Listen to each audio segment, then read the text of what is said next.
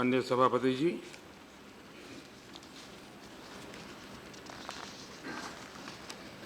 नए जनादेश के बाद आज पहली बार राज्यसभा के सभी आदरणीय सदस्यों के बीच अपनी बात करने का मुझे अवसर मिला है। पहले से अधिक जनसमर्थन के साथ और अधिक विश्वास के साथ हमें दोबारा देश की सेवा करने का अवसर देशवासियों ने दिया है। मैं सबका आभार प्रकट करता हूं।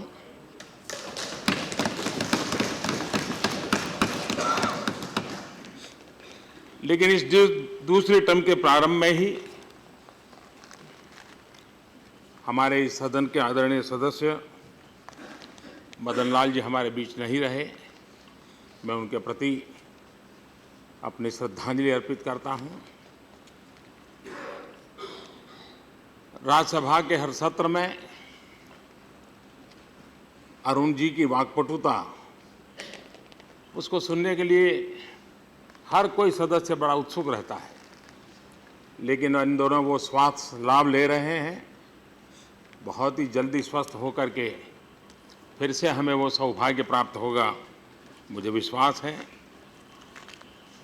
नेता के रूप में श्रीमान थावरचंद जी गहलोत सदन में हम सबका मार्गदर्शन करेंगे। मैं उनका भी अभिनंदन करता हूं।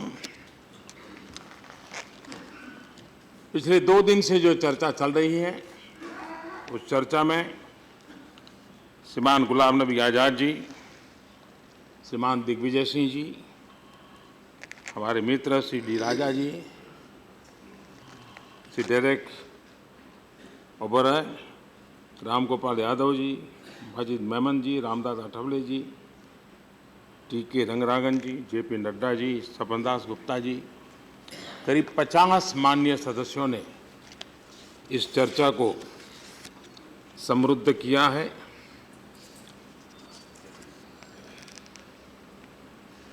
सबने अपने अपने तरीके से अपनी बात बताई है। कहीं खट्टापन भी था, कहीं तीखापन भी था, कभी व्यंग्य भी था, कहीं आक्रोश भी था, कहीं पर रचनात्मक सुझाव भी थे, कहीं जनता जनार्दन का अभिवादन भी था। हर प्रकार के भाव यहाँ प्रकट हुए हैं। और कुछ लोग वो भी थे जिनको मैदान में जाने का मौका नहीं मिला, तो वहाँ जो गुस्सा निकलना चाहिए था वो शायद यहाँ निकाला। तो ये भी देखा। माननीय सभापति जी, ये चुनाव बहुत खास रहा है। कई दशकों के बाद दोबारा एक पूर्ण बहुमत वाली सरकार बनना भारत के मतदाताओं के मन में राजनीतिक स्थिरता का महात्म्य क्या है, एक परिपक्व मतदाता की इसमें सुगंध महसूस होती है। और ये सिर्फ इस चुनाव में हुआ ऐसा नहीं, लगातार पिछले कुछ चुनाव जो हुए हैं देश में, उसमें हमारे देश के मतदाताओं ने किसी भी दल को स्थान दिया, लेकिन बहुतेक स्थिरता को बल दिया है। ये अपने आप में लोकतंत्र की एक बहुत ही सुखद निशानी है। इस चुनाव संगठन का काम करता था तब भी बहुत चुनाव अभियानों को देखा है, चुनाव संचालन किए हैं। प्रत्यक्ष जनप्रतिनिधि क्षेत्र में आने के बाद चुनाव लड़ाने का भी अवसर मिला है। लेकिन बहुत कम ऐसे अवसर आते हैं जबकि चुनाव स्वयं जनता जनार्दन लड़ती है। 2019 का चुनाव एक प्रकार से दलों से भी परे देश की जनता लड़ रही थी। देश की जनता ने इस पूरे चुनाव को अपने सर पे उठा लिया था और जनता खुद सरकार के कामों की बात लोगों तक पहुंचाती थी। जिसे लाभ नहीं पहुंचा वो भी उस विश्वास से बात कर रहा था कि उसको मिला है, मुझे भी मिलने वाला है। ये जो विश्वास है इस चुनाव के नतीजों में एक बहुत बड़ी अहम उसकी विशेषता है। और मेरा सौभाग्य है कि मुझे देश के कोने कोने में जनता जनार्दन के दर्शन करने का अवसर मिला, स्वयं जाकर के आशीर्वाद लेने का अवसर मिला है। लेकिन आदरणीय सभापति जी, भारत का एक परिपक्व लोकतंत्र हो, दुनिया का सबसे बड़ा लोकतंत्र हो, चुनाव अपने आप में लोकतांत्रिक विश्व के लिए बहुत बड़ी अहमियत रखता है, उसके ग्लोबल वैल्यू होती है। उस समय अपनी सोच की मर्यादाओं के कारण, विचारों में पनपी हुई विकृति के कारण इतने बड़े जनादेश को हम ये कह दें कि आप तो चुनाव जीत गए, लेकिन देश चुनाव हार गया। मैं समझता हूं कि इससे बड़ा भारत के लोकतंत्र का अपमान नहीं हो सकता, इससे बड़ा जनता जनार्दन का अपमान नहीं हो सकता। ये एक सामान्य वाक्य नहीं है, एक गंभीर रूप से देश के लोगों को सोचने के लिए मजबूर करने वाली बात है। और जब ये बात कही जाती है कि लोकतंत्र हार गया, देश हार गया, तो मैं जरूर पूछना चाहूंगा, क्या वायनाड में हिंदुस्तान हार गया क्या? क्या रायबरेली में हिंदुस्तान हार गया क्या? क्या बहरामपुर में, तिरुवनंतपुर में हिंदुस्तान हार गया क्या?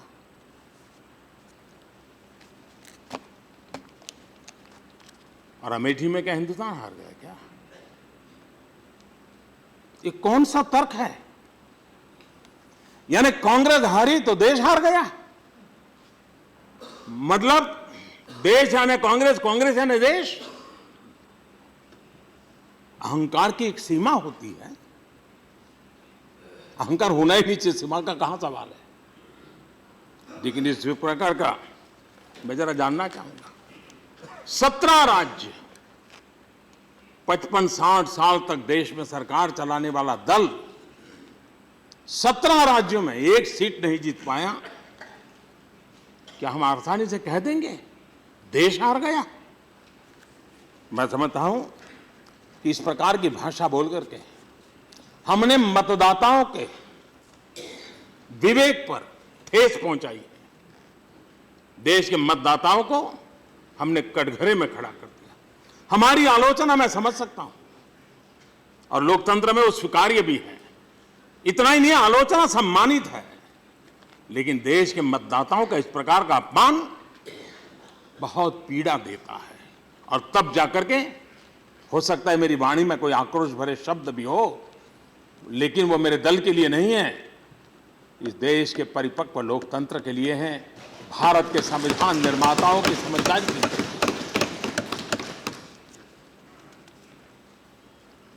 और हम इस चुनाव में देखें 40-45 डिग्री टेम्परेचर और लोग दिन भर कतार में खड़े, 80-90 साल के बुजुर्ग हाथ में लाठी लेकर के वोट करने के लिए जा रहे थे। कई ऐसे चुनाव का काम का जिम्मेवारी संभालने वाले अधिकारी 2 दिन पहले मां की मृत्यु हुई है, लेकिन चूंकि चुनाव के अधिकारी के नीचे जिम्मेवारी है, वो ईवीएम मशीन का दफ्तर उठा करके किसी गांव में गया है ड्यूटी करने के लिए। कितने कितने लोगों के तपस्या के बाद ये चुनाव होता है, और हम ऐसे ही देश के मतदाताओं का अपमान करते हैं। हम उससे आगे बढ़ गए, पता नहीं हमारे मन को क्या हो गया। हमने ये भी कह दिया देश के किसानों का अपमान कर दिया, हमने यहां तक कह दिया देश का किसान बिकाऊ है। 2-2 हजार रुपए की योजना के कारण किसानों के वोट खरीद लिए गए। मैं मानता हूं इस देश के किसान को ऐसे अपमानित करना नहीं चाहिए। मेरा देश का किसान, हमारे देश का किसान बिकाऊ नहीं है।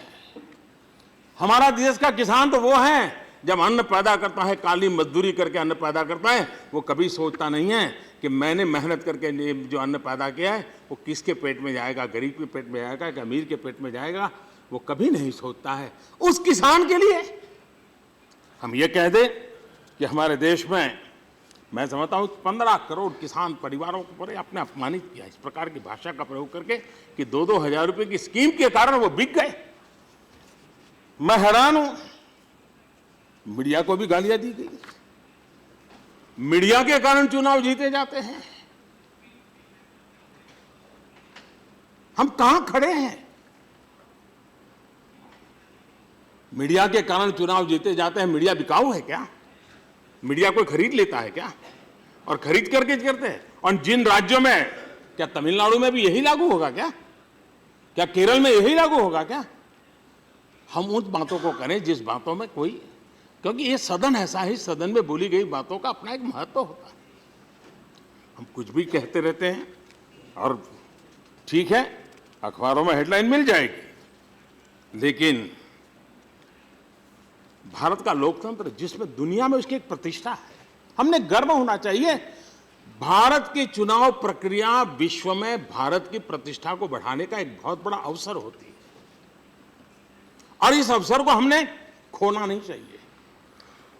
जब इलेक्शन कमीशन से जुड़े हुए लोग मुझे मिले थे तब मैंने उनसे कहा था, जो निवृत्तमान होते थे वो जब मिलने आए तो उनको कहता था, मैंने कहा हमारी एक ऐसी बड़ी अमानत है ये चुनाव प्रक्रिया और व्यवस्थाएं विश्व के सामने जानी चाहिए। आप कल्पना कर सकते हैं कितनी विशालता और व्यापकता। 10 लाख पोलिंग स्टेशन, 40 लाख से ज्यादा ईवीएम मशीन, 650 राजनीतिक दल, 8000 से ज्यादा कैंडिडेट्स, कितना बड़ा रूप, व्यापकता। हम इस बात को दुनिया के सामने रखें, कितना गर्व हो सकता है, दुनिया को भी आश्चर्य होगा।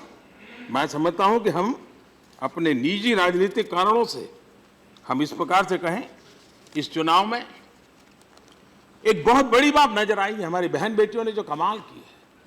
हमारे देश में चुनाव पहले से होते हैं, महिलाओं को मतदान पहले से मिला हुआ है, लेकिन हमने देखा है कि हमेशा पुरुष और स्त्री के मतदान में करीब करीब 9-10% का मार्जिन रहता था।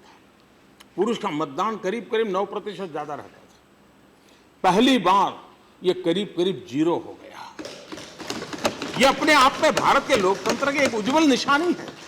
हम उसमें से उन चीजों को देखें और इस बार खुशी है कि करीब 78 सांसद महिला हमारी बहनें चुन करके आई है। इस चुनाव में भारतीय जनता पार्टी और एनडीए के लोग जीत करके आए, इतना नहीं है। इस चुनाव की एक विशेषता है, नॉर्थ हो, साउथ हो, ईस्ट हो, वेस्ट हो, सभी कोने में बहुमत के साथ बीजेपी और एनडीए जीत करके आए। भारतीय जनता पार्टी और एनडीए के लोग जीत करके आए, इतना नहीं है। इस चुनाव की एक विशेषता है, नॉर्थ हो, साउथ हो, ईस्ट हो, वेस्ट हो, सभी कोने में बहुमत के साथ बीजेपी और एनडीए जीत करके आए। ऐसा नहीं कि एक कोने में है, सब दूर उसको हमें स्वीकृति मिली है। जो लोग हार गए हैं, जिनके सपने चूर चूर हो चुके हैं, जिनके अहंकार को चोट पहुंची है, वो देश के मतदाताओं का अभिवादन नहीं कर पाते होंगे, लेकिन मैं सर झुका करके भारत के कोटि कोटि मतदाताओं का अभिवादन करता हूं, अभिनंदन करता हूं, उनका धन्यवाद करता हूं। और भारत की लोकतांत्रिक प्रक्रिया को निभाने वाली उस व्यवस्था सूझ के साथ जुड़े हुए छोटे मोटे सब अफसर, सिक्योरिटी के लोग, इलेक्शन कमीशन, ये सब अभिनंदन के अधिकारी हैं। मैं उनका अभिनंदन करना चाहता हूं। आदरणीय सभापति जी, यहां पर ईवीएम की चर्चा भी काफी हो रही है और एक नई बीमारी शुरू हुई है, मुझे माफ करना। ईवीएम को लेकर के सवाल उठाए जाते हैं, बहाने बनाए जाते हैं। सभापति जी, कभी हम भी सदन में 2 रह गए थे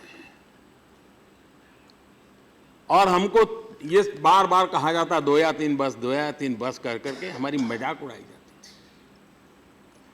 थी। इतने बुरे दिन हमने देखे थे, लेकिन हमारा कार्यकर्ताओं पर भरोसा था, हमारे विचार पर भरोसा था, देश की जनता पर भरोसा था और परिश्रम करने की, त्याग करने की, पराकाष्ठा करने की हमारी तैयारी थी। उस निराशाजनक वातावरण में विश्वास पैदा कर करके हमने पार्टी को फिर से खड़ा किया। हमसे हमारे आगे की पीढ़ी ने काम किया, लेकिन करके दिखाया। और यही तो नेतृत्व की कसौटी होती है। हमने उस समय पोलिंग बूथ कैंप ये हुआ था, ढिकना हुआ था, ये हुआ था, इसलिए हम हार गए। रोना धोना नहीं, हार गए, फिर से काम करेंगे, पुनश्च हरिओम। हम निकल पड़े और हम परिणाम भी लेकर के आते चले हैं। लेकिन जब स्वयं पर भरोसा नहीं होता है, सामर्थ्य का अभाव होता है, तब फिर बहाने खोजे जाते हैं। और इसलिए आत्मचिंतन करने की जिनकी तैयारी नहीं है, दोष स्वीकारने की तैयारी नहीं है, अपनी गलतियों को स्वीकार करने की तैयारी नहीं है, वो फिर ईवीएम को ढूंढते हैं, ठिकरा ईवीएम पर फोड़ा जाए, ताकि फिर अपने साथियों के सामने तो कम से कम हम बता सकते हैं, देखो देखो हम तो बहुत अच्छा काम किया, हम नहीं हारे, वो तो ईवीएम के कारण हारे।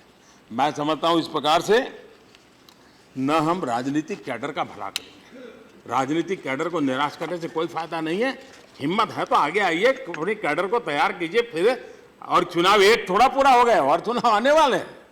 इस प्रकार की निराशा का क्या मतलब है? और इसलिए माननीय सभापति जी, पहला एक समय था, चुनाव की प्रक्रिया हमने सब प्रकार की देखी है। चुनाव प्रक्रियाओं में सुधार होता गया है। प्रारंभिक जो चुनाव हुए 52 के बाद की शुरू के कालखंड के, महीनों महीनों तक चलते थे, बॉक्स ले लेकर के गांव गांव जाते थे। पुराने लोग जो, हम तो उस समय बहुत बच्चे थे, लेकिन जो सुना है उसमें से सुधार करते करते करते करते करते यहां पहुंचे। एक निरंतर प्रक्रिया है सुधार की, और इसलिए उस सुधार प्रक्रिया को, और पहले का जमाना देख लीजिए क्या था। चुनाव के बाद अखबारों की हेडलाइन क्या होती थी? अखबारों की हेडलाइन यही होती थी कि इतनी हिंसा हुई, इतने लोग मारे गए, इतने बूथ कैप्चर हुए। ये 3 मेन न्यूज रहते थे। आज ईवीएम का कारण खबर एक ही होती है कि पहले की तुलना में मतदान कितने प्रतिशत बढ़ा। ये अपने आप में बहुत बड़ी बात है। और मैं समझता हूं कि हमने, और हम जानते हैं पहले कैसा होता था, बूथ कैप्चर करना, लूट करना, जो दबंग लोग थे उन्हीं के हाथ में था, लोकतंत्र की प्रक्रियाओं के। और जब से सही अर्थ में लोकतंत्र की प्रक्रिया आई है, ऐसे लोगों का हारने का क्रम भी तभी से शुरू हुआ है। इसलिए उनको उस वापिस जगह पे जाना। देश लोकतंत्र को इस प्रकार से दबोचने की प्रक्रिया में मदद नहीं कर सकता है। माननीय सभापति जी, आज इस सदन के माध्यम से मैं देश के सामने भी बात बताना चाहता हूं कि ईवीएम सबसे पहले 1977 में इसकी चर्चा प्रारंभ हुई, और तब तो हम राजनीति में कहीं नजर नहीं आते थे, हम तो बहुत दूर बैठे थे जी। 77 में चर्चा शुरू हुई। 1982 में पहली बार इसका प्रयोग किया गया। 1988 में हम नहीं थे, इसी सदन में बैठे हुए उस समय के महानुभावों ने कानूनन इस व्यवस्था को स्वीकृति दी, कानून बनाया। इतना ही नहीं, 1992 में कांग्रेस के ही नेतृत्व में इस ईवीएम को लेकर के सारे रूल्स बनाए गए। यानी एक प्रकार से जो कहते हैं हमने किया, हमने किया, हमने किया, तो ये भी तो आप ही ने किया। आप हार गए इसलिए रो रहे हो? ये क्या तरीका है? और इसलिए मैं समझता हूं, और ईवीएम से इस देश में अब तक विधानसभाओं के जो चुनाव हुए हैं, स्टेट असेंबलीज के 113 चुनाव हुए हैं ईवीएम मशीन से। और यहां उपस्थित करीब करीब सभी दलों को उसी ईवीएम से चुनाव जीत करके सत्ता में आने का या सत्ता में भागीदार होने का अवसर मिला। 113 असेंबली के चुनाव हुए हैं, 4 लोकसभा के जनरल इलेक्शन हुए हैं, उसमें भी दल बदले हैं, अलग अलग लोग जीत करके आए हैं। और आज पराजय के लिए हम इस प्रकार की बातें करते हैं। 2001 के बाद विभिन्न हाई कोर्ट और सुप्रीम कोर्ट में भी ईवीएम को लेकर के मसले उठाए गए हैं। सारे परीक्षण के बाद ईवीएम पर सारी चीजों में सभी देश की न्यायपालिकाओं ने पॉजिटिव अपना वर्डिक्ट दे दिया है। 2017 में जब इतना बड़ा हो हल्ला हुआ, क्योंकि पराजित लोगों की इकोसिस्टम अभी काम कर रही है, चारों तरफ हो हल्ला खड़ा हुआ, और इलेक्शन कमीशन ने खुद ने चैलेंज रूप में कहा कि मैं ये रखता हूं, आप आइए, गलत है तो हमें सिद्ध करके दिखाइए। जो लोग आज ईवीएम के गीत गा रहे हैं, रोना रो रहे हैं, एक भी दल वहां गया नहीं है। 2 पार्टियां गई, एनसीपी एंड सीपीआई, लेकिन उन्होंने भी क्वेश्चन नहीं किया। उन्होंने कहा जरा हमें समझाइए हाउ ईवीएम ऑपरेट्स, सिर्फ समझने का प्रयास किया। लेकिन कम से कम एनसीपी और सीपीआई के लोग गए, बाकी लोग तो इलेक्शन कमीशन के निमंत्रण के बाद भी गए नहीं, जिस पर वो शक कर रहे थे। और ये अप्रचार और ये एक प्रकार की एक निश्चित प्रकार का वेस्टेड इंटरेस्ट ग्रुप इतना बड़ा तूफान खड़ा किया, तो उस हवा में हमारे लोग भी आ गए। कभी हम भी मानने लग गए थे कि ईवीएम से कोई गड़बड़ है, हमारी पार्टी में से भी आवाज उठी थी। लेकिन हमने ईमानदारी से उसके सत्य तक पहुंचने का प्रयास भी किया, टेक्नोलॉजी को समझने का प्रयास किया, और हमने खुद ने भी ईवीएम के विषय में शक किया था। जब सारी चीजें समझे तो हमारी पार्टी में भी उस विचार को मानने वालों को समझाया गया कि गलत रास्ता है आपका, और हमने सही रास्ते पे चले। टेक्नोलॉजी है, समझनी चाहिए, समझ करके उसको आगे बढ़ाना चाहिए। और इसलिए मैं समझता हूं कि इस बातों को लेकर के आदरणीय सभापति जी, फिर वीवीपैट की बात आई, बार बार सुप्रीम कोर्ट में गए, पूरे चुनाव के वातावरण को डिरेल करने के लिए इसको एक साधन बनाया गया। हर शाम इलेक्शन कमीशन में जाओ, हो हल्ला करो, मीडिया में जगह ले लो। सामान्य मतदाता के मन में विश्वास पैदा करने के बाद अविश्वास पैदा करना, ये वातावरण बनाया गया। वीवीपैट का क्या हुआ? जितनी आशंकाओं को लेकर के गए, हम सब साक्षी हैं कि वीवीपैट ने फिर एक बार ईवीएम की ताकत को बढ़ा दिया। परिणाम सामने है। और ये देखिए, मैं हैरान हूं कांग्रेस पार्टी के लिए, इसलिए मुझे कहना पड़ता है क्योंकि आपने इतने सालों तक शासन किया है, देश की एक मुख्य धारा राजनीति की आपके पास रही है लंबे अरसे तक। अनुभव से आप मुझे कहना पड़ेगा कि आपकी कुछ न कुछ ऐसी प्रॉब्लम है कि आप विजय भी नहीं पचा पाते हैं। आजादी के इतने साल, इतने विजय प्राप्त हुए, आप विजय नहीं पचा पाए। और 2014 से मैं लगातार देख रहा हूं, आप पराजय को स्वीकार भी नहीं कर पाते हैं। मैं नहीं मानता हूं कि कोई हेल्दी ग्रोथ हो रहा है किसी राज्य। और भारत में, लोकतंत्र में हर दल का अपना एक स्थान है, महत्व है, उसका आदरपूर्वक सम्मान होना चाहिए, और उसके प्रति हमारी शुभकामनाएं होनी चाहिए, हर दल के प्रति। तभी तो लोकतंत्र चलता है। लेकिन न हम पराजय को स्वीकार करने के लिए तैयार हैं, और न ही हम विजय को पचाने का सामर्थ्य रखते हैं। और वो अभी मध्य प्रदेश में क्या हुआ, अभी तो विजय हुआ और कुछ ही दिनों में ऐसी ऐसी खबरें आने लगी, हैरान हो जाते हैं जी। और इसलिए कृपा करके चुनाव के रिफॉर्म्स की भी काफी बातें हुई हैं। हम 52 से लेकर के आज तक लगातार चुनाव में रिफॉर्म होते ही रहे और होते रहने चाहिए। और मैं मानता हूं इसकी चर्चा भी लगातार होती रहनी चाहिए, उसके अंदर खुले मन से चर्चा होनी चाहिए, बंधे मन से होने की कोई जरूरत नहीं है। लेकिन आउटराइट ये कह देना कि एक देश एक चुनाव के हम पक्ष में नहीं है, अरे चर्चा तो करो भाई, आपके विचार होंगे, हम चीजों को स्थगित करो। मैं मानता हूं जी, ये जितने बड़े बड़े नेता हैं, व्यक्तिगत जब भी मिला हूं, सबने कहा यार ये बीमारी से तो मुक्त होना चाहिए। एक बार 5 साल में एक बार चुनाव आए, महीना 2 महीना चुनाव का उत्सव चले, फिर सब काम में लगे, ये बात सबने बताई। सार्वजनिक रूप से स्टैंड लेने में दिक्कत होती होगी।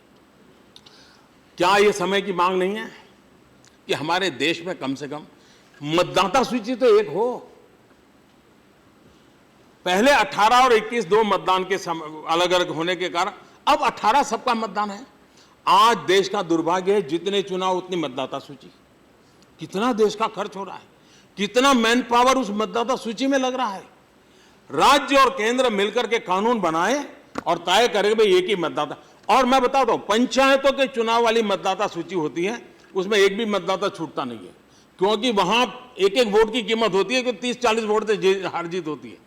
अगर वो मतदाता सूची, हमारी मतदाता सूची में कभी समस्या ही नहीं आएगी। उसी प्रकार से पोलिंग स्टेशन, मतदाता को हर बार याद करना पड़े, मेरा उसको पता होना चाहिए तुम्हारा पोलिंग स्टेशन यही स्कूल का वो कमरा है तुम्हारा। हमेशा ये व्यवस्था क्यों विकसित नहीं हो सकती? और इसलिए इलेक्शन के रिफॉर्म्स अनिवार्य है, कर होने रहने चाहिए, लेकिन हम ये मान के चले। अच्छा, हमारे देश में पहले एक देश एक चुनाव होता था जी, ये 92 में गड़बड़ होने के बाद डिरेल हुआ है और उसका सबसे अधिक बेनिफिट आप लोगों को मिला है। और आप आज उस विरोध, कुछ लोग ऐसे तर्क देते हैं जिस तर्क में कोई दम नहीं। कहते हैं मतदाता ये कैसे निर्णय करेगा। अभी उड़ीसा सबसे बड़ा उदाहरण है। उड़ीसा में ग्रामीण इलाका ज्यादा है। उड़ीसा एकदम बहुत ही विकसित और ऐसा तो राज्य नहीं है भारत के जो जिन राज्यों को अभी भी विकास के राह में लाने के लिए मेहनत करनी पड़े, ऐसे राज्यों में से वहां के मतदाताओं ने लोकसभा के लिए एक मतदान किया, विधानसभा के लिए दूसरा मतदान किया। इसका मतलब हमारे मतदाताओं को एक ही समय विवेक बुद्धि का पूरा है। मैं तो कुछ तो सीटें ऐसी है कि जहां नीचे की सारे असेंबली सीटें विधानसभा में गई बीजेडी को और लोकसभा उन्होंने बीजेपी को दी। ये मैच्योरिटी है हमारे देश में, हम उनका अनादर कर रहे हैं। कुछ लोग कहते हैं ये कैसा भ्रम फैलाया गया है कि अगर 7 चुनाव होंगे तो रीजनल पार्टियां खत्म हो जाएगी। जहां जहां लोकसभा और विधानसभा के चुनाव साथ हुए हैं उस सब जगह पर प्रादेशिक पक्ष जीते हैं। देख लीजिए इतिहास पूरा, प्रादेशिक पक्ष जीते हैं। अभी आंध्र का चुनाव हुआ, प्रादेशिक पक्ष जीत करके आया। उड़ीसा का चुनाव हुआ, प्रादेशिक पक्ष जीत करके आया। देश के मतदाताओं के समझ आए, हम उनकी समझ पर शक न करें। और इसलिए इस प्रकार के जो हम चर्चा के बाद नहीं होगा, लेकिन हम पहले से तक ये बिल्कुल नहीं, हम नहीं घुसने देंगे। ये तरीका लोकतंत्र में नहीं होता है। खुले मन से बात होनी चाहिए, हर प्रयास का स्वागत होना चाहिए, प्रयास के अंदर हम अपनी भूमिका बतानी चाहिए। लेकिन हम पहले से ही दरवाजे बंद करें तो कभी बदलाव नहीं आता है। और भारत के मतदाता का नीर क्षीर विवेक जो है उस पर हम कभी भी शक न करें, ये मेरा मत है। कभी कभी ये मैं सोच रहा हूं, क्या सिर्फ ईवीएम का विरोध करते हैं? जी नहीं, हमने विरोधी दल का मतलब मुझे लगता है कि लेटर एंड स्पिरिट में पकड़ लिया है। विरोधी यानी विरोधी कर रहा, अपोजिशन मतलब अपोजिशन ही करना। मुझे याद है इसी सदन में मैं बैठा था और विद्वान लोग ऐसा भाषण कर रहे थे, बड़े बड़े अपने आप को ऐसा मानते हैं कि जब भगवान बुद्धि बांटने निकला तो वही पहले कतार में खड़े थे, ऐसे ऐसे लोग यहाँ बैठे। और उन्होंने कहा कि हमारे देश में डिजिटल ट्रांजैक्शन संभव नहीं है, गरीब आदमी को डिजिटल कैसे, मोबाइल फोन कैसे पकड़ेगा, ऐसे भाषण हुए थे। मैं हैरान हूं जी। उसका भी हमने विरोध किया। हमने आधार को विरोध किया। आप जब थे आधार महान, हम जब आधार से करप्शन को कम करने की कोशिश कर रहे तो आधार संकट हो गया। हम सुप्रीम कोर्ट के दरवाजे खटखट रहे हैं आधार को रोकने के लिए कोशिश कर। हम अगर आधुनिक भारत बनाना चाहते हैं, नया इंडिया बनाना चाहते हैं, क्या हम टेक्नोलॉजी से कितना दूर भागेंगे? सेफगार्ड के लिए सचेत प्रयास करना टेक्नोलॉजी की रिक्वायरमेंट है और उसमें टेक्नोलॉजी प्रोवाइड करती है। आप जब थे आधार महान, हम जब आधार से करप्शन को कम करने की कोशिश कर रहे तो आधार संकट हो गया। हम सुप्रीम कोर्ट के दरवाजे खटखट रहे हैं आधार को रोकने के लिए कोशिश कर। हम अगर आधुनिक भारत बनाना चाहते हैं, नया इंडिया बनाना चाहते हैं, क्या हम टेक्नोलॉजी से कितना दूर भागेंगे? सेफगार्ड के लिए सचेत प्रयास करना टेक्नोलॉजी की रिक्वायरमेंट है और उसमें टेक्नोलॉजी प्रोवाइड करती है, समय समय पर करती है। लेकिन हम चीजों से भागते रहेंगे जीएसटी उसका विरोध, ईवीएम उसका विरोध, डिजिटल उसका विरोध, बीम ऐप उसका विरोध, हर चीज में ये नकारात्मकता। और इस पराजय बहुत कारणों की चर्चा होती है, मुझे क्षमा करना। इस सदन में जिन दलों का व्यवहार पिछले 5 साल, मैं राज्यसभा की बात कर रहा हूं,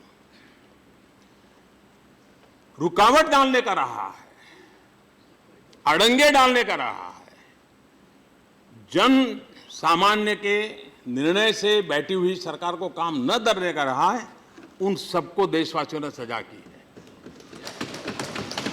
यानी राज्यसभा में जो गतिविधि होती है, आज देश का मतदाता इतना समझदार है, वो भी इन चीजों को नोटिस कर रहा है और अपना नतीजा देते समय सिर्फ लोकसभा में किसने क्या किया उस पर नहीं, राज्यसभा में किसने क्या किया उसके आधार पर भी वोट कर रहा है। ये इस चुनाव में देखा गया है और उससे आने वाले 5 साल का सबक सीखने के लिए अवसर है, सबके लिए है कि हम राज्यसभा में चुनी हुई सरकार की बातों को कहां कहां रोकते हैं, इसका जवाब देना पड़ेगा। मैं हैरान हूं, अब न्यू इंडिया का विरोध होने लग गया। क्या कारण है? मैं ये तो समझ सकता हूं भाई, न्यू इंडिया में तुम्हारी जो 10 बातें हैं, 5 तो ठीक है, 5 बेकार है। मैं ये तो समझ सकता हूं कोई ये कहे भाई न्यू इंडिया का कंसेप्ट देश को तो आगे बढ़ना है, लेकिन अमेरिका ने ये नहीं किया था, डिकने ने नहीं किया था, इसलिए हमको भी नहीं करना। अरे कौन क्या करता है, छोड़ो यार, हम 5000 साल पुराना देश है, दुनिया की एक महान परंपरा लेकर के आए हुए लोग हैं, और ने किया क्या नहीं किया छोड़ दीजिए, हमें आगे बढ़ना है और दुनिया के अंदर हमने अपना नाम ऊंचा करना है। ये काम 125 करोड़ का देश है, क्यों ना सपना देखें। हम ये कह सकते भाई ये 10 ठीक नहीं है, हमारी ये 5 ठीक है, उसके लिए प्रयास करें, लेकिन देश के लोगों को निराशा की ओर धकेलने का पाप न करें। हम उसमें मॉडिफाई करें, हम उसमें सुधार करें, हम उसमें कहें ये 4 ठीक है, 4 ठीक नहीं है। ये सब लोकतंत्र की परंपरा में आवकार्य है, लेकिन आउटराइट इस प्रकार से हम कहेंगे, और हमें तो पुराने ओल्ड इंडिया चाहिए। क्यों भाई? इसलिए वो ओल्ड इंडिया जहां कैबिनेट के निर्णय को पत्रकार परिषद में फाड़ दिया जाए, वो ओल्ड इंडिया चाहिए हमें वो ओल्ड इंडिया चाहिए कि सैर सपाटे के लिए पूरी नौसेना काम में मदद में आ जाए, ऐसा है ओल्ड इंडिया चाहिए हमें वो ओल्ड इंडिया चाहिए कि जो जल थल नभ घोटाले ही घोटाले की खबरों से देश परेशान रहे, क्या ऐसा कहे? हमें वो ओल्ड इंडिया चाहिए जो टुकड़े टुकड़े गैंग को समर्थन करने के लिए पहुंच जाए, ऐसे ओल्ड इंडिया की जरूरत है क्या? रेल रिजर्वेशन के लिए घंटों तक खड़ा रहना पड़े, जब तक बिचौलिया ना आए रेल रिजर्वेशन न बोले, क्या ऐसा ओल्ड इंडिया चाहिए हमें? क्या हमें ऐसा ओल्ड इंडिया चाहिए कि गैस कनेक्शन के लिए एमपी के घर के कतार लेकर के खड़ा रहना पड़े, एमपी 25 कूपन को लेकर के मारा घूमता रहे? क्या ऐसा ओल्ड इंडिया हमको चाहिए? हमें कैसा ओल्ड इंडिया चाहिए? पासपोर्ट के लिए महीनों तक इंतजार करना पड़े, क्या वो ओल्ड इंडिया हमको चाहिए? क्या हमें वो इंडिया चाहिए जिसमें इंस्पेक्टर राज हो? हमें वो ओल्ड इंडिया चाहिए जिसके अंदर इंटरव्यू चलते रहे, प्यून का भी इंटरव्यू, ड्राइवर का भी इंटरव्यू, चौकीदार का भी इंटरव्यू, और फिर इंटरव्यू के नाम पर करप्शन? क्या वो ओल्ड इंडिया चाहिए? मैं हैरान हूं जी। हम देश की जनता हिंदुस्तान को पुराने दौर में ले जाने के लिए कतई तैयार है। देश की जनता अपने सपनों के अनुरूप नए भारत की प्रतीक्षा कर रहा है, और हम सब ने सामूहिक प्रयत्न से सामान्य मानवीय के उन सपनों को पूरा करने के लिए हमने प्रयास करना चाहिए, और मुझे विश्वास है कि वो प्रयास हम कर सकते हैं, हम ला सकते हैं। हमने कोशिश की है। पहले या तो दिया जलाओ, रिबन काटो, या नीति घोषित करो, उसी को सरकार का काम माना जाता। लास्ट माइल डिलीवरी ये जैसे हमारी जिम्मेवारी नहीं थी, यह रहा।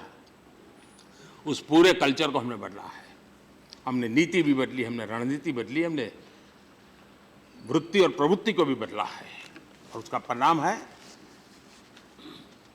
अब यहां कहा जाता है हमने किया, लेकिन गरीबों के लिए घर पहले भी बनते थे। क्या यूपीए के समय नहीं बनते थे? बनते थे, हमने भी बनाए। आप कहेंगे क्या नया किया? नया ये किया कि आप 5 साल में 25 लाख बनाते थे, हम 5 साल में 1.5 करोड़ बना रहे। ये बदलाव है, और इसलिए मैं समझता हूं हमने जो एक नए सिरे से वातावरण बनाने की कोशिश की है, सरकारीकरण से बाहर निकल करके हमने सरलीकरण को बल दिया है। और यही है, हमने देखा है आजादी के इतने सालों के बाद आजाद भारत का जो सपना था, उन सपनों को रुकावटें क्या बनी? अभाव, प्रभाव और दबाव। सरकार ने ऐसी व्यवस्थाएं की, या तो कुछ लोगों को अभाव में जीना पड़ा, कुछ लोग प्रभाव के कारण हड़प करते गए, और कुछ लोग दबाव के कारण कुछ रास्ते पर जाने के लिए मजबूर हो गए। देश का स्वस्थ विकास के लिए अभाव की चिंता सरकार जरूर करे, लेकिन प्रभाव और दबाव के बीच देश के सामान्य मानवी को कुचलने न दिया जाए। और इसलिए हमने उस रणनीति को अपनाया है और उस रणनीति को आगे ले जाने का हमारा प्रयास रहा है। हम सामान्य मानवी के सशक्तिकरण की ओर काम कर रहे हैं। 5 साल पहले करोड़ों घरों के पास बिजली नहीं थी, गैस के चूल्हे नहीं थे, शौचालय नहीं थे। ये छोटी छोटी चीजें, मैं हैरान हूं, कुछ लोगों को लगता है ये कुछ भारत सरकार का काम, उसको तो बहुत बड़ा बड़ा करना चाहिए, बिग रिफॉर्म है, यही बातें होती थी। देश छोटी छोटी चीजों से बदलता है। हमें छोटी चीजों के लिए शर्म नहीं आनी चाहिए। हम बड़े नहीं बन गए हैं, हम छोटों के बीच से आए हैं। उन छोटों की छोटी छोटी समस्याओं का समाधान बड़े परिणाम ला सकता है, और इसलिए हमने काम करना चाहिए। ये बात निश्चित है कि हमने 5 साल सामान्य मानवी की आवश्यकताओं को पूर्ण करने की दिशा में सरकारी तंत्र को उस दिशा में ढालने का भरपूर प्रयास किया है। बहुत एक मात्रा में परिणाम में नजर आए, लेकिन अब देश का मिजाज ये 5 साल आवश्यकताओं से ज्यादा एस्पिरेशन की पूर्ति का है। और मैं मानता हूं हम भाग्यवान हैं, चाहे हम राजनीतिक जीवन में हो, सार्वजनिक जीवन में हो, व्यापार उद्योग में हो, शिक्षा में हो, कहीं पर भी हो। हम एक भाग्यवान कालखंड में हैं जब हिंदुस्तान का सामान्य मानवी एस्पिरेशन से लेकर के जीता है। और जब जन सामान्य के अंदर एस्पिरेशन होता है तब काम की गति बहुत बढ़ती है, विकास बहुत तेजी से होता है। ये सौभाग्य के पल आए हैं, और इसलिए हम सबका दायित्व बनता है कि हम कोई भी निर्णय करें, जन सामान्य के जो एक्सेलरेशन ऑफ एस्पिरेशन है उसके अनुरूप हम अपने आप को एक्सेलरेट कर सकते हैं क्या? ये समय की मांग है, और मैं मानता हूं कि उस दिशा में जाने के लिए हमने प्रयास करना चाहिए। मैं हैरान हूं, नकारात्मकता, विरोधवाद इस हद तक गया। शौचालय की बात, उसकी मजाक उड़ाओ, स्वच्छता की बात, उसकी मजाक उड़ाओ, जनधन अकाउंट, उसकी मजाक उड़ाओ, योगा का कार्यक्रम, उसकी मजाक उड़ाओ, मेक इन इंडिया, उसकी मजाक उड़ाओ। यानी एक प्रकार से हर चीज में नकारात्मकता को देश ने भली भांति देखा है, और भली भांति देश की जो हम तो नहीं दे पाए, क्योंकि अभी भी राज्यसभा में हमको तो कौन बोलेगा इसके लिए भी हाथ पैर जोड़ने पड़ते कि भाई आज मुझे विदेश जाना है, मुझे समय दीजिए। उसमें भी हाथ पैर जोड़ने पड़ रहे हैं। कितना अहंकार है हमारा, कितना अहंकार है। जहां हुआ है उनको मालूम है सबका दोष नहीं है, सबका दोष है। और इसलिए ये स्थिति, हम लोकतंत्र में एक दूसरे का सम्मान करें। हम जानते हैं यहां हमारा बहुमत नहीं है, हम जानते हैं हमारा बहुमत नहीं है, हम जानते हैं बहुमत हमारा नहीं है, और इसलिए जनता जनार्दन ने जो निर्णय किया है उसका गला घोंटने का प्रयास नहीं होना चाहिए। माननीय सभापति, 5 साल हमने लगातार सहन किया, देश का नुकसान हुआ, हमें दर्द हुआ है, देश का नुकसान हुआ, हमें दर्द हुआ है, हमने सहा है। और इसलिए सभापति जी, हम आपसे प्रोटेक्शन चाहते हैं, क्योंकि देश की जनता ने अपने एस्पिरेशन पूरे करने के लिए लोकसभा में हमको बहुत बड़ी जिम्मेवारी दी है। राज्यसभा का फेडरल स्ट्रक्चर भी कहता है कि उन एस्पिरेशन के अनुकूल हमें सहायता मिलनी चाहिए। और मैं चाहूंगा कि आप इस बात को लेकर के हमारे साथ न्याय करेंगे, यही मेरी अपेक्षा रहेगी। हम न्यू इंडिया का जो सपना लेकर के चल रहे हैं, $5 ट्रिलियन की इकोनॉमी की बात यहां बताया गया कि 2014 तक 2 ट्रिलियन था, अभी बताया गया 2.8 ही हो गया है। मतलब कि आजादी के इतने सालों में 2 ट्रिलियन हुआ, लेकिन 5 साल के अंदर करीब करीब आधा बढ़ गया। अगर 5 साल में आधा बढ़ सकता है तो आने वाले 5 साल में और बढ़ सकता है। और दूसरा, हमारे मन में ये भाव नहीं होना चाहिए कि 5 ट्रिलियन का टारगेट क्यों रखते हो। हमारे मन में ये होना चाहिए कि इस 5 ट्रिलियन के लिए चलो भाई हम मिल करके दौड़ते हैं, 10 काम हमारी जहां राज्य सरकार है वहां हम जरा जोर लगाएंगे, वहां पर हम इकोनॉमी को बढ़े इसके लिए कोशिश करेंगे, जहां आपकी राज्य सरकारें हैं वहां आप कीजिए, हम सब मिलकर करें। हिंदुस्तान 5 ट्रिलियन की क्लब में जाए, यहां कोई ऐसा नहीं होगा जिसको दुख होगा, हर एक को आनंद होगा। और इसलिए सकारात्मक विचारों को लाइए, हम स्वीकार करने के लिए तैयार हैं, हम सुनने के लिए तैयार हैं। क्योंकि हम वो लोग नहीं हैं कि जो ये मानते हैं कि बुद्धि बांटने आया तब मैं ही अकेला था। जी नहीं, हम तो आपसे भी सीखने के लिए तैयार हैं, क्योंकि देश चलाना है, देश का भला करना है जी। और इसलिए मैं चाहता हूं कि हम इन बातों को लेकर के एक नए भारत के लिए चलें। यहां पर और भी कुछ विषय है जिसका मैं जरूर उल्लेख करना चाहूंगा। सदन में कहा गया कि झारखंड मॉब लिंचिंग और मॉब वायलेंस का अड्डा बन गया है। माननीय सभापति जी, युवक की हत्या का दुख यहां है, सबको है, मुझे भी है और होना भी चाहिए। दोषियों को कड़ी से कड़ी सजा भी मिलनी चाहिए, लेकिन क्या एक झारखंड राज्य को दोषी बता देना यह शोभा देता है क्या? फिर तो हमें वहां भी अच्छा काम करने वाले लोग ही नहीं मिलेंगे। जो बुरा हुआ है, बुरा करते हैं, उनको आइसोलेट करें और उनको न्यायिक प्रक्रिया के तहत जो कुछ भी कर सकते करें। लेकिन सबको हम कटघरे में खड़े रह करके राजनीति तो कर लेंगे, लेकिन स्थितियां नहीं सुधार पाएंगे। और इसलिए पूरे झारखंड को बदनाम करने का हम में से किसी को हक नहीं है जी। वे भी हमारे देश के नागरिक हैं, वहां भी सज्जनों की भरमार है जी। और इसलिए और अपराध होने पर उचित रास्ता कानून और न्याय से, संविधान, कानून और व्यवस्थाएं पूरी तरह से इसके लिए सक्षम है और उसका उपाय भी कानूनी व्यवस्था है, न्यायिक प्रक्रिया है। और उसके लिए हम जितना कर सकते हैं करना चाहिए, पीछे नहीं हटना चाहिए। हिंसा में, दुनिया में टेररिज्म का जो सबसे बड़ा नुकसान किया है वो गुड टेररिज्म और बैड टेररिज्म ने किया है। मेरा टेररिज्म, तेरा टेररिज्म इसने किया है।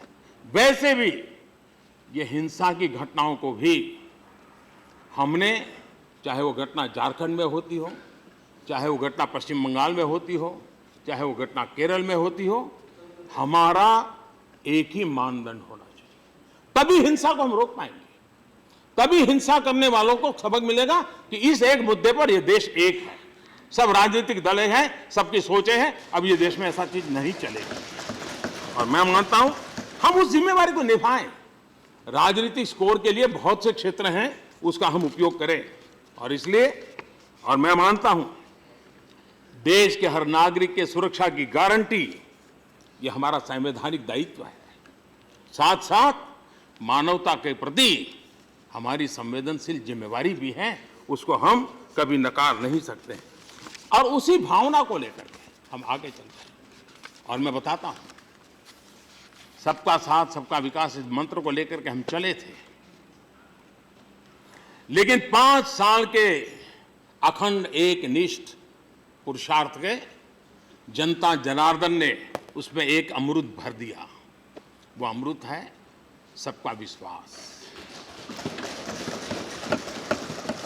सबका साथ सबका विकास, सबका विश्वास, ये अमृत 5 साल के हमारे कार्यकलाप से देश की जनता ने अमृत रूपी उसमें जोड़ा है। लेकिन हमारे आजाद साहब को कुछ धुंधला नजर आ रहा है। जब तक लेकिन हमारे आजाद साहब को कुछ धुंधला नजर आ रहा है। जब तक राजनीतिक चश्मों से चीजें देखी जाएगी तो धुंधला ही नजर आएगा जी। और इसलिए मैं समझता हूं कि इन राजनीतिक चश्मे उतार करके हम देखना शुरू करेंगे तो धुंधला नजर नहीं आएगा, उज्जवल भविष्य नजर आएगा। और शायद ऐसी सोच रखने वालों के लिए ही गालिब ने बहुत बड़ी से मजेदार बात कही, और आजाद साहब को ऐसी चीजें जल्दी अच्छी लगती है। ताउम्र गालिब यह भूल करता रहा, ताउम्र गालिब यह भूल करता रहा, धूल चेहरे पर थी, आईना साफ करता रहा।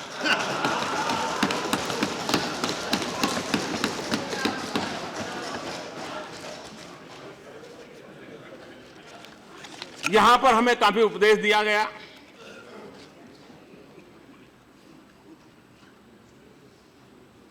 कभी कभी तो अखबार में चीजें आ जाती हैं, लेकिन जब मेरे सांसदों की मंगलवार को मीटिंग होती है, मैं सार्वजनिक रूप से बोलचाल में जो कुछ भी करते हैं उसके खिलाफ आक्रोश व्यक्त करता हूं, सुधारने का प्रयास करता हूं। यहां पर हमें आज समझाया गया कि फलाने ने ऐसा किया था, ढिकने ने ऐसा किया था, अधिकृत उम्मीदवार को हरा दिया गया था और एक इंडिपेंडेंट को कैंडिडेट बना करके जीता दिया गया था। अब वो तो कुछ पार्टियों का इतिहास है, राष्ट्रपति के उम्मीदवार को भी हरा देते हैं। तो ये तो अपने अपनी राजनीति है, और वे बाबा साहब आम्बेडकर को हराने के लिए जी जान से जुट जाते हैं। इसलिए ऐसे उदाहरणों से और इसलिए इन उदाहरणों के माध्यम से उपदेश देने से पहले जरा अपने घरेबान में देखें। जब दिल्ली की सड़कों पर गले में टायर लटका करके सिखों को जिंदा जला दिया जाता था, और जिन लोगों के नाम मुखर होकर के आए, हर प्रकार से चर्चा हुई, वो लोग आज भी उस पार्टी में हैं, आज भी उस पार्टी में हैं, सम्मानित पदों पर है, संवैधानिक पदों पर है। अगर यही आपके आदर्श और नीतियां रहती थी तो उपदेश देने से पहले अपने घरों में झांकने की जरूरत है। और लोग तब हम ये सब चीजें भूल जाते हैं, तब हम ये भूल जाते हैं। और इसलिए, और ऐसे तो कई उदाहरण मिलेंगे। राजनीतिक जय पराजय का संकट 10 दिन के लिए निकाल देते हैं पार्टी से और फिर गले लगा देते हैं। कई उदाहरण मिलेंगे, बड़े बड़े लोगों के नाम है। और इसलिए कृपा करके उपदेश देने से पहले, लेकिन मैं मानता हूं सार्वजनिक जीवन में हमको ऐसे बड़े तिस्मार का नहीं है कि हमको कुछ भी बोलने का राइट मिल जाता है। मेरी पार्टी के सदस्यों भी मैं कहता हूं, हमें कोई अधिकार नहीं है किसी के लिए कुछ भी बोलने का। हमें मर्यादाओं का पालन करना पड़ेगा, सार्वजनिक जीवन के नियमों का पालन करना पड़ेगा। किसी भी दल के, मैं मेरे दल के लोगों को विशेष हक से कहना चाहता हूं, ये शोभा नहीं देता है, मेरा मत है और मैंने सार्वजनिक रूप से इसको कहा है। लेकिन कोशिश करेंगे तो कभी न कभी सुधार भी होगा, और हम कोशिश करते रहते हैं। यहां पर एक ही चिंता का विषय क्रेडिट का, बड़ा भारी है। हम तो सब क्रेडिट आपको ही को दिए भाई, तभी तो आए हैं। आप ही का तो पराक्रम था, तभी तो आए, वरना वो कौन जानता था जी। लेकिन मैं पूछना चाहता हूं, यहाँ एनआरसी की चर्चा हुई है, क्या उसकी क्रेडिट आप नहीं लेंगे? क्यों भाग रहे हो भाई? आप भी तो उसकी भी तो क्रेडिट लीजिए। राजीव गांधी, उस सरकार ने असम अकॉर्ड में एनआरसी स्वीकार किया था। एनआरसी उस समय का है, बाद में सुप्रीम कोर्ट को इंटरवीन करना पड़ा और हमको सुप्रीम कोर्ट ने आदेश किया, हम लागू कर रहे हैं। अकॉर्ड क्रेडिट लीजिए ना, हम वोट भी लेना है और क्रेडिट भी लेनी है, फिर आधा बोलना और आधा छोड़ना, ऐसा नहीं चलता है जी। कुछ तो खुल करके बात बताइए। और हम बताते हैं देश हित में एनआरसी का जो उसी समय जो निर्णय हुआ था उसको लागू करने के लिए हम प्रतिबद्ध हैं और हम पूरी मेहनत से करेंगे। हमारे लिए ये वोट बैंक की राजनीति नहीं है, देश की एकता, अखंडता और उज्जवल भविष्य से जुड़ा हुआ मुद्दा है और हम कर रहे हैं। यहाँ पर सरदार साहब को याद किया गया, मुझे अच्छा लगा और ये बात हम सब मानते हैं। हो सकता है हमारे कांग्रेस के लोग इस बात को नहीं मानेंगे। हम अभी भी मानते हैं कि सरदार साहब अगर देश के पहले प्रधानमंत्री होते तो जम्मू कश्मीर समस्या ना होती। हम अभी भी मानते हैं कि सरदार साहब देश के पहले प्रधानमंत्री होते तो हिंदुस्तान के गांवों की आज जो जद्दोजहद है वो नहीं होती, चित्र अलग होता। ये हमारी सोच है, गलत हो सकती है हमारी सोच, लेकिन इस बात में कोई मतभेद नहीं हो सकता है कि सरदार साहब ने 500 से ज्यादा रियासतों को एक किया, इसमें कोई मतभेद नहीं। और सरदार साहब थे जिसको कांग्रेस पार्टी ने देश का पहला गृह मंत्री बनाया था। सरदार साहब थे जो जीवन भर कांग्रेस के लिए जिए, कांग्रेस के लिए जूझे, कांग्रेस के लिए उन्होंने अपना जीवन खत्म किया। वो शुद्ध कांग्रेसी थे। लेकिन मैं हैरान हूं, अच्छा जब गुजरात में चुनाव होता है तो सरदार साहब पोस्टर में दिखते हैं, लेकिन देश में कहीं नजर नहीं आते। आप ही की पार्टी के थे भाई, क्या तकलीफ है आपको? लेकिन मैं एक बात आज कहना चाहूंगा, कांग्रेस के वरिष्ठ नेता सरदार वल्लभ भाई पटेल, कांग्रेस पार्टी ने जिसका गृह मंत्री बनाया, दुनिया का सबसे ऊंचा स्टैच्यू ऑफ यूनिटी।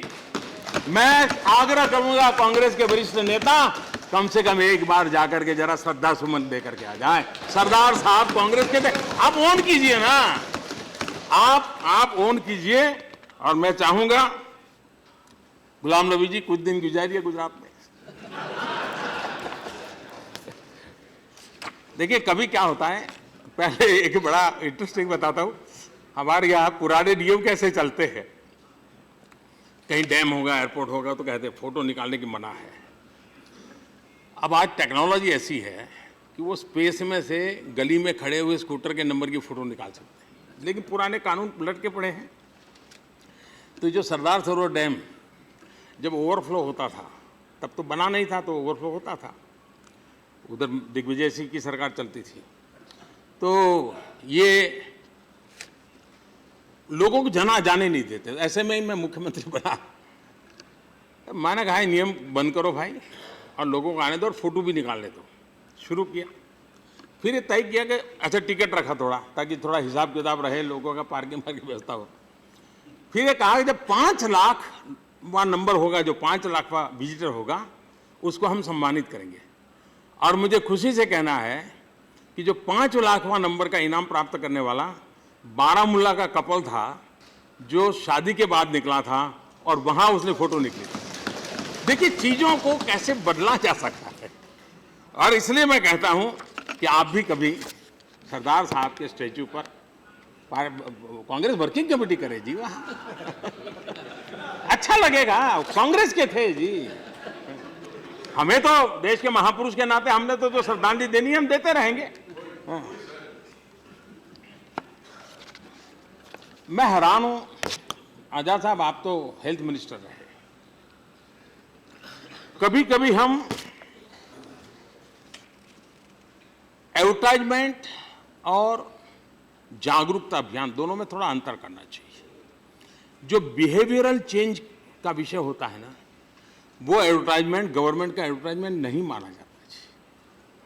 आप बच्चों को कहोगे हाथ धो करके खाना खाओ, उसके लिए एडवर्टाइजिंग कैंपेन करना पड़ता है, खर्चा तो सरकार को देना पड़ता है, लेकिन वो सरकार की एडवर्टाइजमेंट नहीं है जी। आपको भी जब एपिडेमिक हुआ, जब हेल्थ मिनिस्टर थे, आपको भी बहुत सारी एडवर्टाइजमेंट देनी पड़ी कि भाई इस एपिडेमिक में गर्म पानी उबाल के पियो, डिकना करो, फलाना करो, देना पड़ता है। इसको अगर आप एडवर्टाइजिंग कहें, बेटी बचाओ के साथ इसके साथ जोड़ दें, ठीक नहीं कर रहे हो आप, तो कम से कम ऐसा मत करो, इतने साल आप सरकार में रहे हो। लेकिन दुख तब होता है कि मनरेगा के नाम पर कोई मिट्टी उठा करके फेंकने जा रहा है। 3 साल तक देश को एडवर्टाइजिंग किया गया मनरेगा वो कोई बिहेवियरल चेंज का काम नहीं था, लेकिन एक नेता को प्रस्थापित करने के लिए सरकारी खजाने से एडवर्टाइजिंग किया गया था। इसको देश भूल नहीं सकता है। लोगों को हाथ धो करके खाना खाओ, ये बिहेवियरल चेंज का। इसलिए हम जागरूकता अभियान और प्रचार अभियान को भी जहां अंतर देखें, वरना तो देश में बदलाव लाने का काम कैसे करोगे जी, कैसे करोगे?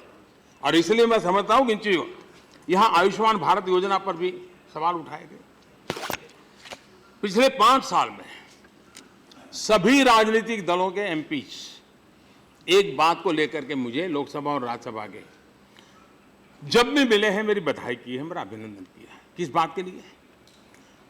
अपने इलाके से किसी बीमार व्यक्ति के लिए उन्होंने चिट्ठी लिखी और प्रधानमंत्री राहत कोष से उसको मदद मिले। मैंने नियम बनाया था 100%, कुछ मत देखो भाई गरीब के लिए, और करीब करीब सभी दल के सभी एमपी मेरे पास आते थे। आयुष्मान भारत योजना की ताकत क्या है वो उस एमपी को मालूम है जिसने अपने इलाके के उस गरीब को मदद के लिए प्रधानमंत्री को चिट्ठी लिखी। आज करीब करीब 0 चिट्ठी हो गई उसी एमपी की चिट्ठी है, क्योंकि उसको मालूम है कि उसको आयुष्मान भारत से फायदा मिल रहा है, इसलिए अब प्रधानमंत्री कार्यालय जाने की जरूरत नहीं है। ये बड़ा बदलाव। अब उस आयुष्मान भारत 30 लाख लोगों ने उसका लाभ उठाया। हाँ, हम जनप्रतिनिधि हैं, लोगों के बीच में जाते हैं, कोई नेगेटिव चीज हमारे ध्यान में आई है, कुछ कमी ध्यान में आई, मैं बताता हूं, हम सब मिलकर के उसको सुधारें। आप मेरा ध्यान आकर्षित कीजिए। आयुष्मान भारत योजना को जितना हम सशक्त बनाएंगे, सच्चे अर्थ में इस देश के गरीब को हम और गरीब होने से बचा सकते हैं। वरना गरीब अगर न्यू मिडिल क्लास की दिशा में जा रहा है, पैर रखना है, घर में एक बीमारी आई, उसकी पूरी 20 साल की मेहनत पानी में चली जाती है। हम बहुत बड़ा मानवता का काम होगा। इसलिए आयुष्मान भारत की आलोचना करने के बजाय, और इसकी क्रेडिट मोदी ले जाएगा, अब मिल गए भाई, हो गया, चुनाव का नतीजा आ गया, आप काम करो। 2024 के लिए नए काम लेकर के जाने वाला हूं मैं, आप चिंता मत कीजिए। और इसलिए मैं चाहूंगा कि इसको जरा हम करें। यहां पर बिहार के चमकी बुखार की भी चर्चा हुई है। हम सभी के लिए दुख की बात है और शर्मिंदगी की बात है कि आधुनिक युग के अंदर, और मैं मानता हूं कि पिछले 7 दशक में सरकारों के रूप में और समाज के रूप में हमारी जो कुछ विफलताएं हैं, उसमें ये एक सबसे बड़ी विफलता है। उन विफलताओं में से एक विफलता है और इसको हम सबने गंभीरता से लेना होगा। मैं समझता हूं कि कुछ जगह पे, जैसे ईस्टर्न यूपी में इन दिनों अच्छी स्थिति नजर आ रही है, फिर भी क्लेम नहीं कर सकते, लेकिन अच्छी स्थिति नजर आ रही है। जिन बातों को लेकर के पकड़ा है, टीकाकरण का काम हो, वैक्सीनेशन का काम हो, सुरक्षित मातृत्व का, इन सारी चीज़ों पर हम बल दे रहे हैं। मुझे विश्वास है कि ये जो दुखद स्थिति है, मैं राज्य सरकार के निकट संपर्क में हूँ। मैंने हमारे देश के आरोग्य मंत्री को भी तुरंत वहाँ दौड़ा था और मिलकर के मदद कर करके उसमें से जितना भी जल्दी हो सके संकट में से सबको बाहर निकाल सके। पोषण हो, टीकाकरण हो, सुरक्षित मातृत्व हो, आयुष्मान भारत योजना का लाभ हो, ये सारी चीज़ों का जितना ज़्यादा हम प्रचार करेंगे, ऐसे संकटों से हम बचा पाएंगे। और आज एक राज्य में है, कल किसी और राज्य में हो सकता है। हमने ही एक प्रोएक्टिव होकर के ऐसी समस्याओं से लोगों को बचाने के लिए काम करना होगा। सबका साथ सबका विकास, ये जब मैं बात करता हूँ, ये राजनीतिक स्लोगन नहीं है। हमारे देश में कुछ भूभाग भी है जो विकास से पीछे रह गए हैं। हमने एक 112 एस्पिरेशनल डिस्ट्रिक्ट आइडेंटिफाई किए, पैरामीटर के आधार पर किए हैं। राजनीति के दबाव में ही जीने वाले कुछ राज्यों ने उसमें भी अपने हाथ ऊपर कर दिए। मैं हैरान हूँ क्यों ऐसा करते हैं, कौन सी राजनीति है इसमें। लेकिन उसके कारण क्या हुआ, वरना ये राज्य, मुझे जब गुजरात में मैं था, हमारे यहाँ कच्छ जिले में किसी को भी अपॉइंटमेंट करे तो काला पानी की सजा हो गई, कोई अफसर जाने को तैयार नहीं था। अब तो खैर कच्छ जिला देश के तेज गति से बढ़ने वाले जिलों में आ गया। आज की स्थिति किसी जमाने में ऐसा